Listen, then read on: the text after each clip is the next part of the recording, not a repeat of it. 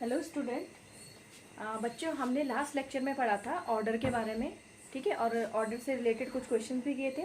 आज हम क्या करेंगे, ऑर्डर से रिलेटेड कुछ और न्यूमेरिकल्स करेंगे, ठीक है ना। तो मैंने एक क्वेश्चन लिखा है यहाँ पे, देखो ध्यान से सुनो क्वेश्चन कि फॉर द रिएक्शन, एक रिएक्शन दी गई है आपको कि 2x गिव्स x2, ठीक है, और आगे लिखा है कि rate of reaction becomes 27 times when the concentration of x is increased 3 times, what is order. ठीक है, मतलब ये कह रहा है क्वेश्चन की एक रिएक्शन आपको दी गई है और ये कह रहा है कि जब x की कंसंट्रेशन 3 टाइम्स बढ़ाई जाती है, मतलब 3 गुना बढ़ाई जाती है, तो उसको बढ़ाने से क्या होता है, जो रिएक्शन का रेट है वो 27 गुना बढ़ जाता है। Okay, what is the order. Order आपको फाइंड आउट करना है, ठीक है ना। चलो शुरू करते हैं क्वेश्चन को, ठीक है। अब देखो, सबसे पहले रिएक्शन लिख देते हैं।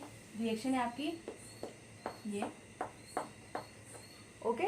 तो हम क्या करेंगे, आपने पढ़ा है रेट लॉ, ठीक है। तो अकॉर्डिंग टू रेट लॉ, आप जानते हो अकॉर्डिंग टू रेट लॉ कि that is rate of reaction is directly proportional to the concentration of the reactant. ये हमने कई बार पढ़ा है, ठीक है। तो यहाँ पे मैं लिख सकती हूँ कि अकॉर्डिंग टू रेट लॉ। तो सबसे पहले इस इक्वेशन के लिए एक रेट लॉ लिखेंगे।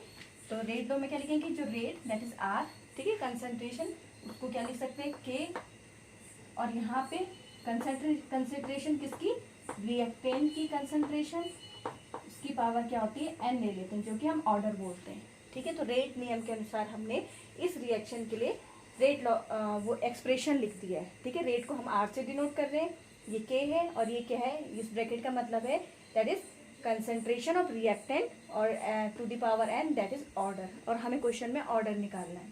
क्लियर है इतना, ठीक है। अब क्या है, अब देखो ये हमारी रिएक्शन है। रिएक्शन में यहाँ पे क्या है, रिएक्टेंट एक्स है, कैपिटल एक्स है, एक ही रिएक्टेंट है। तो इस एक्सप्रेशन को इस इक्वेशन के टर्म में लिखते हैं।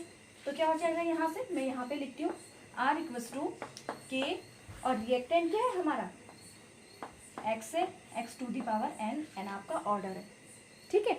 अब देखो आगे इसे कैसे करेंगे। अब इस इन्होंने कंडीशन दी है कि क्या है कि इसका कंसंट्रेशन, ये कंसंट्रेशन जब आप क्या करते हैं 3 गुना बढ़ाते हैं तो रेट 27 गुना बढ़ जाता है। ऑब्वियसली जब, क्योंकि रेट क्या है कंसंट्रेशन पे डिपेंड करता है, रिएक्टेंट की कंसंट्रेशन पे डिपेंड करता है, तो इसको चेंज करने पे ऑब्वियसली इसमें भी चेंज आएगा। क्लियर हो रहा है इतना, ठीक है। तो हम मान के चलते हैं कि लेट जो कंसंट्रेशन है रिएक्टेंट की वो इनिशियली एक कोई सा भी नंबर ले लेते हैं। तो हम मान लेते हैं let concentration of, let initially मैं लिखूंगी यहाँ पे, लिख दूँ let initially concentration of reactant is, concentration of reactant is, हम A लेके चलते हैं, A मोल पर लीटर। आप जानते हो कि कंसंट्रेशन की यूनिट क्या होती है, मोल पर लीटर होती है। हमने मान लिया कि लेट्स स्टार्टिंग में जो X की कंसंट्रेशन है वो क्या है, A मोल पर लीटर है अपनी तरफ से, ओके। तो हम इसको इसके टर्म्स में लिखते हैं। तो यहाँ से क्या हो जाएगा हमारा R इक्वस टू के, ठीक है। एक्स की कंसंट्रेशन हम क्या लेके चले, ए लेके चले, तो यहाँ पे ए लिख देते हैं, ए टू दी पावर एन। ये हमारी इक्वेशन नंबर फर्स्ट हो गई, ठीक है। ये लिख लिया। अब देखो, अब हम अकॉर्डिंग टू द क्वेश्चन, अब हम क्वेश्चन में जो कंडीशन दी है उसको अप्लाई करेंगे। अब ये कह रहा है कि अब क्या होता है कि जब एक्स का कंसंट्रेशन आप 3 टाइम्स इंक्रीज करते हो तो रेट 27 टाइम्स इंक्रीज हो जाता है, ठीक है। तो मतलब कि अगर ये हमारा जनरल इक्वेशन है ये वाली, अगर ये कंसंट्रेशन 3 गुना बढ़ाई जाती है तो ये 27 गुना बढ़ जाता है। तो मतलब इसको आप कैसे लिख सकते हो कि अकॉर्डिंग टू द क्वेश्चन ये क्या हो गया, इनिशियल रेट आपका आर था, ठीक है। जब हमने कंडीशन अप्लाई की तो कंडीशन के अकॉर्डिंग रेट क्या है 27 टाइम्स बढ़ गया। जब क्या किया, कंसंट्रेशन जो स्टार्टिंग कंसंट्रेशन थी उसको 3 टाइम्स बढ़ाया गया, that is 3 times of initial concentration और ये पावर एस, ठीक है। तो देखो इसको आगे फर्दर सॉल्व कर दो, तो you get 27 R equals to K. Clear हो रहा है इतना। और यहाँ से है 3 A to the power N है, तो आप 3 टू दी पावर एन बाहर ले सकते हो, तो you get 3 to the power N, और A to the power N आप ऐसे लिख सकते हो, ठीक है। दोनों है ना मल्टीप्लाई में, तो मैंने इसको अलग अलग कर दिया, ये 3 टू दी पावर एन हो गया, ये ए टू दी पावर एन हो गया। इतना क्लियर हो रहा है, ठीक है। इसको फर्दर सॉल्व करते हैं। तो फर्दर सॉल्व करेंगे तो क्या हो जाएगा, 27R ओके इक्वल्स टू 3 को मैं आगे ले लेती हूँ, ठीक है। 3 टू दी पावर ये कांस्टेंट है, ये भी कांस्टेंट है, इसको मैं आगे ले लेती हूँ। ये हो गया 3 टू दी पावर n, ठीक है, k और a to the power n। कुछ नहीं किया यहाँ पे, सिर्फ रीअरेंज किया, इसको आगे ले लिया, इसको पीछे ले गई, अरेंज किया, इसको रीअरेंज किया और कुछ नहीं किया है, ठीक है। अब देखो यहाँ पे क्या करना है, हमें ऑर्डर फाइंड आउट करना है, n की वैल्यू फाइंड आउट करनी है। तो इक्वेशन फर्स्ट से r की वैल्यू इसमें पुट कर दो, ठीक है ना, r की वैल्यू पुट कर दो। तो r की जगह पे क्या है, ये k a to the power n है ना, तो इसको यहाँ पे लिख दो 27, ठीक है। r की जगह पे आप लिख दोगे k a to the power n, clear हो रहा है, और यहाँ पे है 3 to the power n k a to the power n। अब देखो यहाँ पे सेम एक्सप्रेशन हो गया है, दोनों साइड, लेफ्ट हैंड साइड भी देखो k a to the power n है, राइट हैंड साइड भी k a to the power n है, तो इससे ये कैंसिल कर दोगे, क्लियर हो गया इतना। अब आपके पास बचा 27 equals to 3 to the power n, ठीक है। अब इसको फर्दर सॉल्व कैसे करोगे, आपको पता है कि 27 को आप क्या लिख सकते हो ना 3 to the power 3। 3 to the power 3 मतलब जैसे 3 स्क्वायर है, मतलब 3 को 2 बार गुणा करना है, ठीक है। ऐसे 3 टू दी पावर 3 मतलब 3 इंटू 3 इंटू 3, और ये क्या होगा 27 होगा। तो मतलब 27 को आप लिख सकते हो 3 का क्यूब 3 टू दी पावर 3, ठीक है।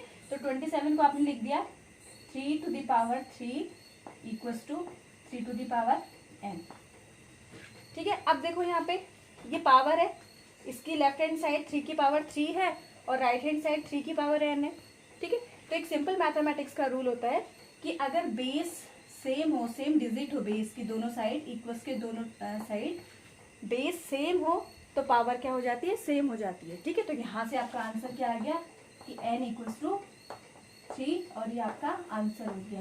तो क्वेश्चन से जब हमने सॉल्व किया तो हमारा ऑर्डर क्या निकला कि जो इस रिएक्शन की जो ऑर्डर है वो 3 आई, क्लियर हो रहा है। तो समझ में आया कैसे करना है। सबसे पहले आपने क्या किया, क्वेश्चन के लिए रेट एक्सप्रेशन लिखा, ठीक है। रेट एक्सप्रेशन लिख दिया आपने इनिशियल कंसंट्रेशन ली रिएक्टेंट की a मोल पर लीटर, उसके बाद आपने कंडीशन अप्लाई कर दी, और इन दोनों इक्वेशन जो हमारी दोनों इक्वेशन बनी, ये फर्स्ट बनी, इसको क्या कर दो सेकंड कर दो, ठीक है। यहाँ पे सेकंड लिख देती हूँ, ये सेकंड इक्वेशन कर दो, और इन दोनों को सॉल्व करके कई तरीके इनको सॉल्व करने के आगे कैलकुलेट किया, तो यहाँ से n इक्वल्स टू 3 आ गया, ठीक है। तो इसे कॉपी कर लो, फिर एक और न्यूमेरिकल करते हैं।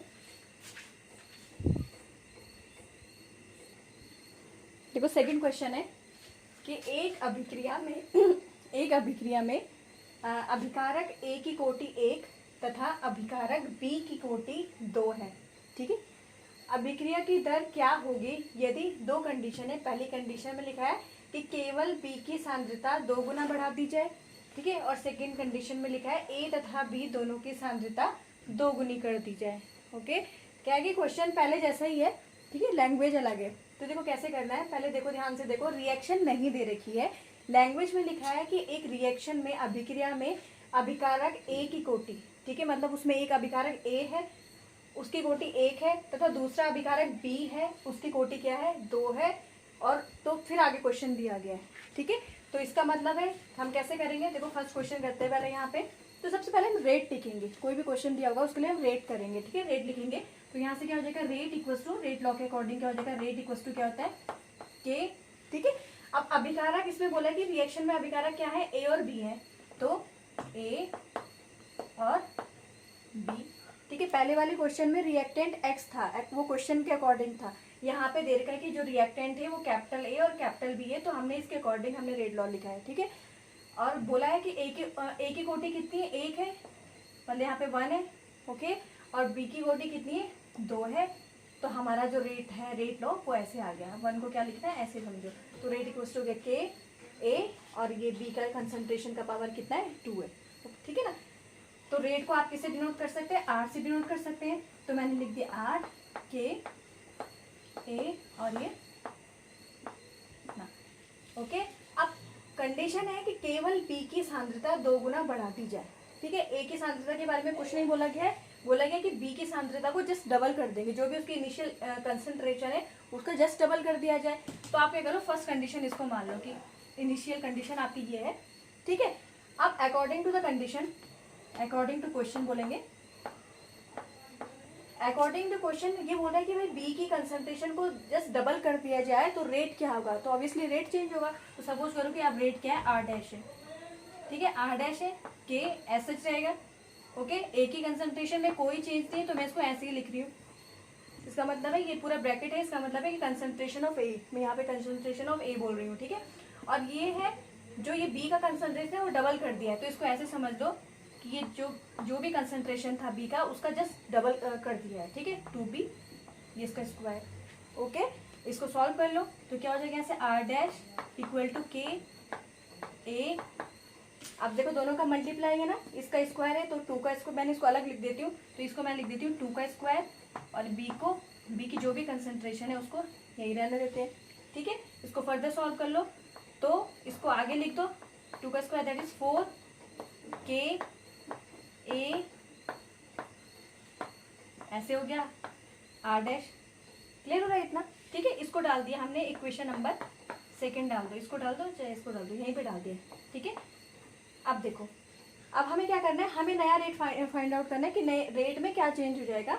अब फ्रॉम इक्वेशन फर्स्ट से क्या हो जाएगा, अब देखो जो ये वैल्यू है इसकी जगह पे के ए बी का स्क्वायर है ना, इसकी जगह पे मैं क्या लिख सकती हूँ, आर लिख सकती हूँ।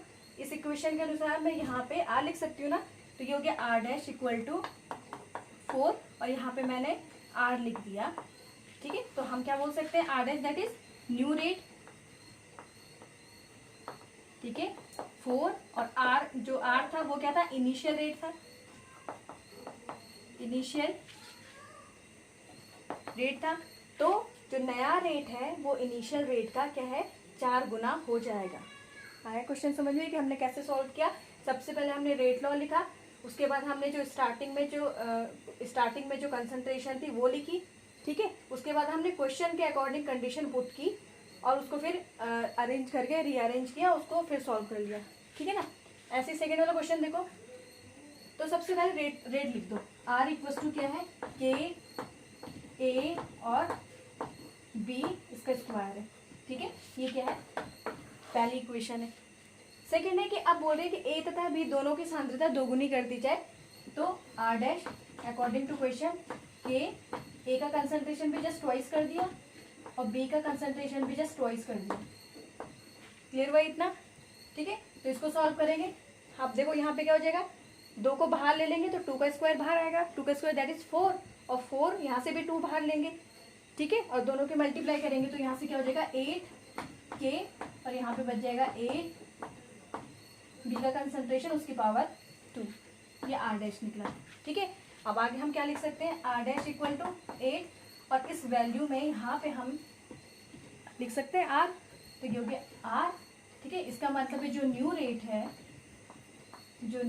है वो क्या है, 8 टाइम्स 8 गुना है किसके, इनिशियल रेट के,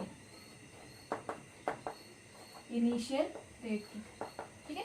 तो इस तरीके से भी क्वेश्चन कई बार आता है एग्जाम में ऑर्डर से रिलेटेड। अब हमने ऑर्डर से रिलेटेड सारे टाइप के क्वेश्चन कर लिए, तो इसको कर लेना और बुक से इसी की तरह क्वेश्चन छांट के प्रैक्टिस कर लेना, ठीक है ना।